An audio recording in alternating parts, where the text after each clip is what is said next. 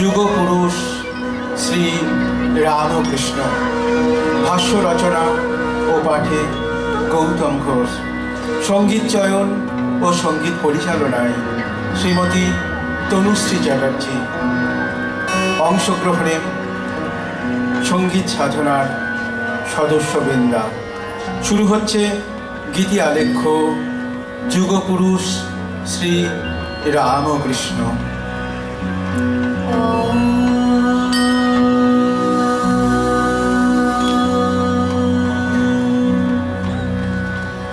हृदय कमल मध्ये रचितं निर्विकल्पं सदि सदखिल भेदातीतमेकस्वरूपं प्रकृति विकृति शून्यं नित्यमानन्दमूर्तिं विमल परमहंसं রামকৃষ্ণ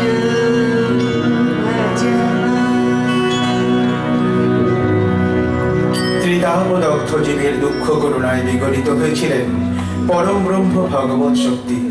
তিনি মানব জীবনের শান্তি ও স্থিতির লক্ষ্যে একটি মনুষ্য শরীরে রূপ পরিগ্রহ করেছিলেন। তাহার নাম শ্রী শ্রী রামকৃষ্ণ। বাঙালি যোগ সাধক, দার্শনিক ও ধর্মগুরু শ্রী রামকৃষ্ণ যত মত তত পথ প্রবর্তন করে এক নূতন চিন্তাধারার বাস্তব প্রেক্ষাপট উন্মোচন করলেন। ঈশ্বর, আল্লাহ, ভগবান সব এক, সব ধর্মই সত্য, শুধু মত পথ ভিন্ন। জীবন ও কালের নিরিখে তার এই বাণী ও নানা তত্ত্বকথা আজ মহত্বের শিখরে প্রতিষ্ঠিত। ১৯ শতাব্দীতে বাংলা তথা ভারতীয় নবজাগরণের অন্যতম পুরোধা ছিলেন এই মহান সাধক শ্রী রামকৃষ্ণ পরমহংস। তিনি আজও আধুনিক ভক্ত সমাজে ঈশ্বরের অবতার রূপে পূজিত হন। তার প্রচারিত দর্শন ও ধর্মীয় চিন্তাধারায় রামকৃষ্ণ মিশন প্রতিষ্ঠা করেন তার প্রধান শিষ্য স্বামী বিবেকানন্দ। স্বামী বিবেকানন্দ স্বয়ং শ্রী রামকৃষ্ণকে অবতার বলিষ্ঠ বলিয়াছেন।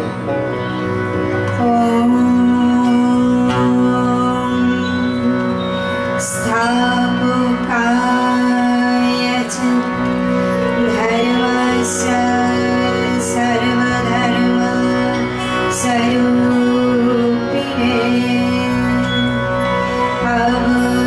अवतार वरिष्ठाय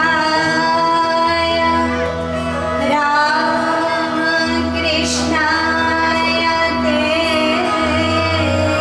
नमः। रामकृष्णाय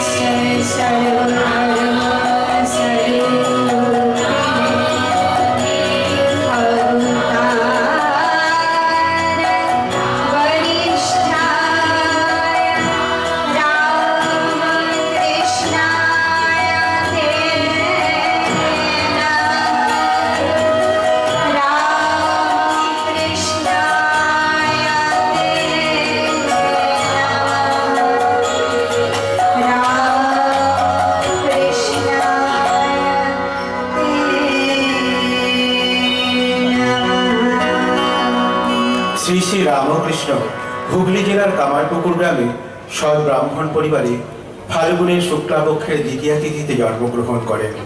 পিতা ক্ষুদিরাম চট্টোপাধ্যায়, মাতা চন্দ্রমণি দেবী। ছোটবেলায় শ্রীরামকৃষ্ণের নাম ছিল গদাধর। গ্রামের পাঠশালার সামান্য লেখাপড়া শিখলেও তীর্থযাত্রী, সন্ন্যাসী এবং গ্রাম্য পুরাণ কথকদের কথা শুনে অতি অল্প বয়সেই পুরাণ, রামায়ণ, মহাভারত ও ভাগবতের উৎপত্তি অর্জন করেন। 1855 খ্রিস্টাব্দ দাদার হাত ধরে পৌরোহিত্যে সহায়তা করতে গদাধর কলকাতায় আসেন। এরপর দাদার আকস্মিক মৃত্যুতে রানী রাসমণি দেবী দক্ষিণেশ্বরের কালী মন্দিরের প্রধান পুরোহিত নির্বাচিত হন। এখানেই কালীকে মা ও বিশ্বজননী রূপে প্রত্যক্ষ করতে শুরু করেন। এই সময় গদাধরকে সংসারী করার লক্ষ্যে বিবাহ দেওয়া হয়। জয়রামবাটি সারদামণি দেবীর সঙ্গে গদাধর পরিণয় সূত্রে আবদ্ধ হন, কিন্তু তার এই ভাব তন্ময়তা কাটার পরিবর্তে আধ্যাত্মিক পিপাসা বহু গুণ বৃদ্ধি পেতে থাকে। পরবর্তীকালে গোপিনী রাধার ভাব আরোপ করে কৃষ্ণকে প্রেমিক রূপে মধুর ভাব সাধনা করেন শ্রী রামকৃষ্ণ।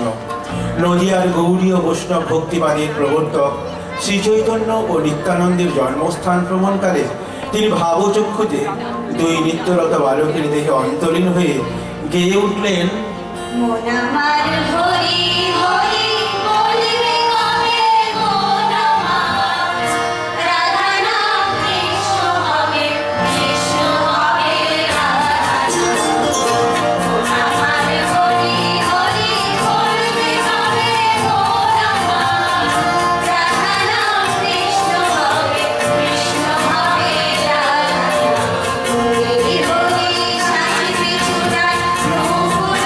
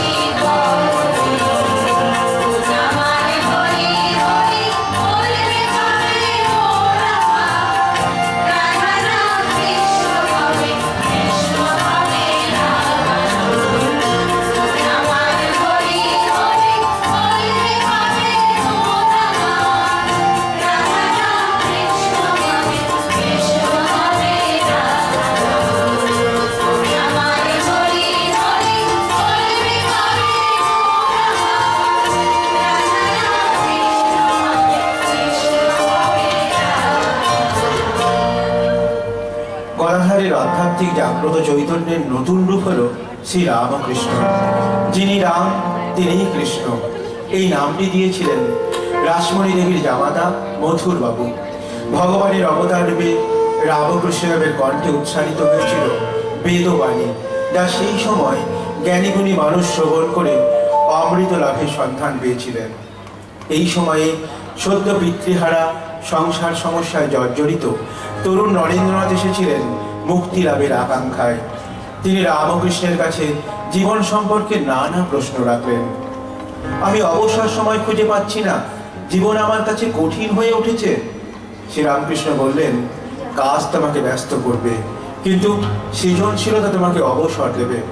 নরেন্দ্রনাথ প্রশ্ন করলেন, জীবন এমন কেন জটিল? শ্রীরামকৃষ্ণ বললেন, জীবনকে বিশ্লেষণ করা বন্ধ করো, এটা জীবনকে আরো জটিল করে তোলে। নরেন্দ্রনাথ প্রশ্ন করলেন, কেন আমরা অসুখী? শ্রীরামকৃষ্ণ বললেন, উদ্বেগ তোমার অভ্যাসে পরিণত হয়েছে, তাই তুমি অসুখী। নরেন্দ্রনাথ আবারও প্রশ্ন করলেন, কেন ভালো মানুষ সবসময় কষ্ট পায়? শ্রীরামকৃষ্ণ বললেন, ঘর্ষণ ছাড়া হিরে মসৃণ হয় না, আগুন ছাড়া সোনা বিশুদ্ধ হয় না। ভালো মানুষ পরীক্ষার মধ্যে দিয়ে যায়, এটা ভোগান্তি নয়, এটা অভিজ্ঞতা দিয়ে জীবনকে আরো সুন্দর হয়, তিক্ত নয়। এই প্রশ্নোত্তর পর্ব চলতে চলতে নরেন্দ্রনাথ রামকৃষ্ণের প্রতি অমোঘ প্রসন্নতায় ডুবে যেতে থাকেন। সংসার, সমস্যা, মোহ, কালিমা, তৃষা ঘুচিয়ে এক অনন্য অনুভূতির স্বাদ তাকে আকর্ষিত করল। শ্রী রামকৃষ্ণের সঙ্গ সুখ ধীরে ধীরে প্রার্থিত হয়ে উঠল, যেন এক বৃহত্তম প্রসাদ লাভের অভিপ্সায় জাগ্রত হতে থাকে তার অন্তরাত্মায়। Jai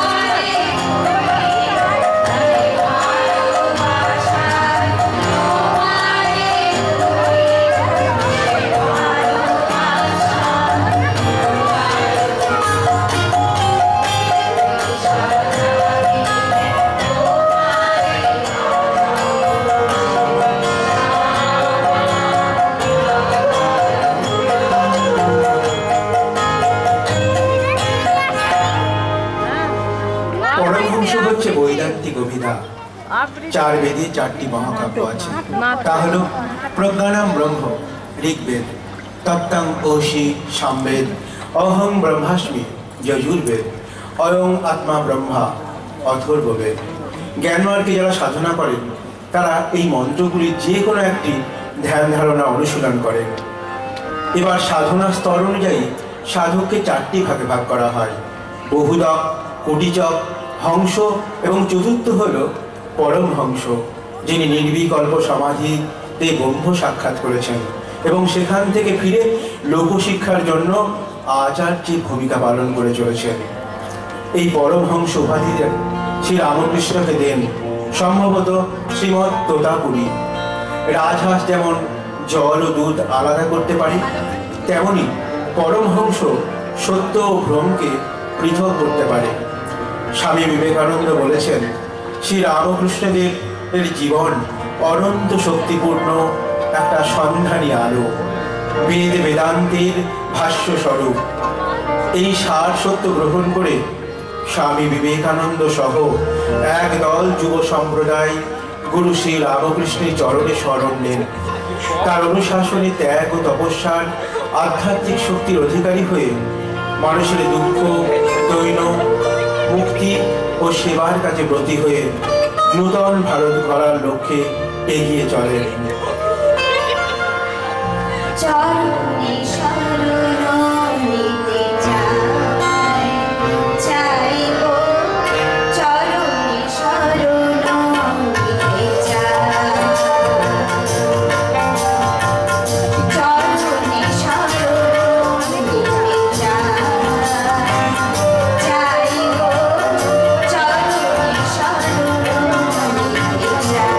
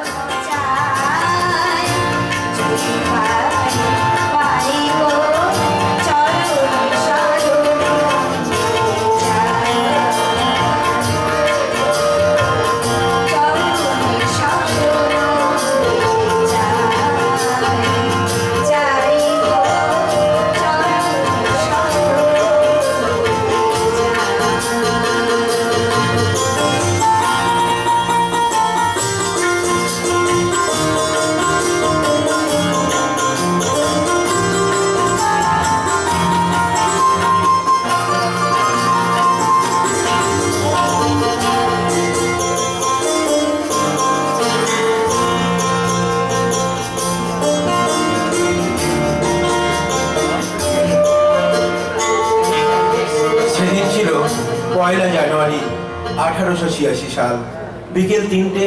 শরীরটা একটু ভালো। ঘর থেকে বাগানের পথে এগোচ্ছেন ঠাকুর।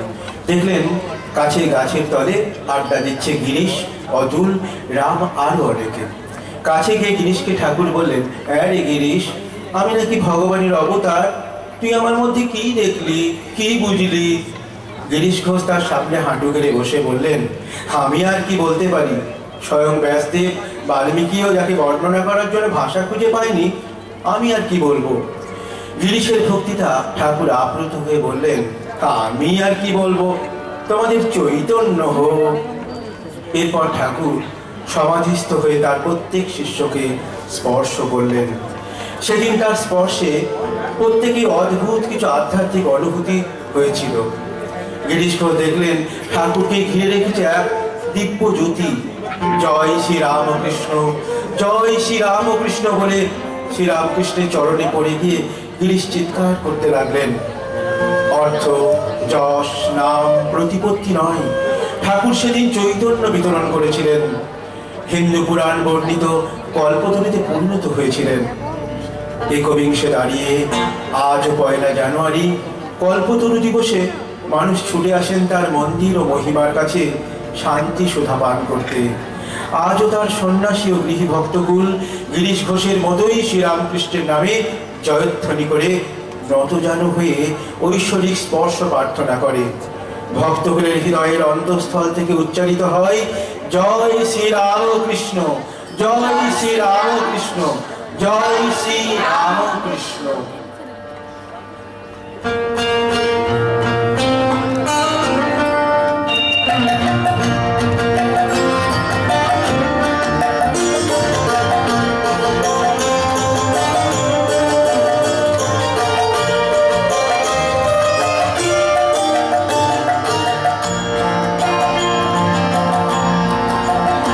রামকৃষ্ণ নামে বলো, রামকৃষ্ণ